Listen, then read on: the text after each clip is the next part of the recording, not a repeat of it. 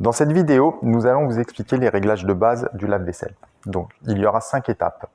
La première étape sera de déterminer la dureté de l'eau de votre domicile. Donc pour cela, il faudra prendre la petite bandelette qui sera fournie avec votre notice dans les accessoires. Donc ouvrir le sachet et récupérer la petite bandelette. Donc il y a juste besoin de tremper cette bandelette dans un verre d'eau. Laissez agir 5 à 10 secondes. 1 minute s'est passée, on va pouvoir interpréter donc le résultat par rapport à la couleur de la bandelette. Donc là, on va être entre 0 et 75. Donc il va falloir se reporter à la notice d'utilisation de votre appareil qui vous donnera le réglage adapté au résultat.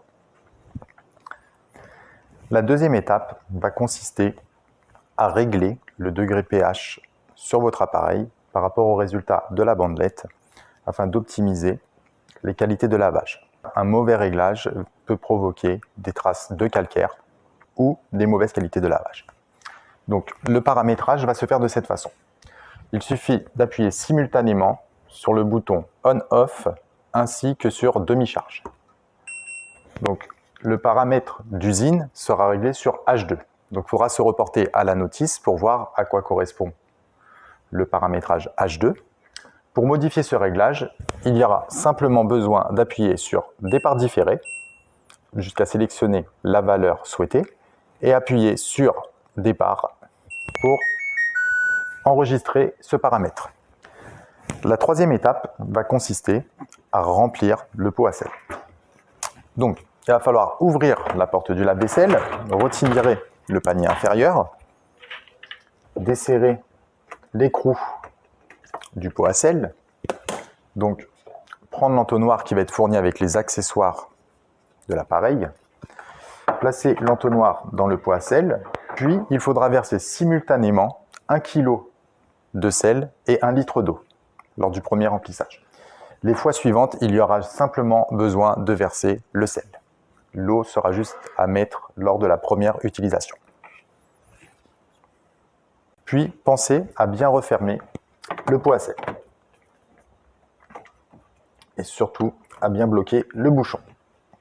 La quatrième étape va consister à mettre le liquide de rinçage. Il y a juste besoin d'ouvrir cette trappe, de verser le liquide de rinçage jusqu'à son niveau maximum, tout simplement, puis de refermer correctement le couvercle.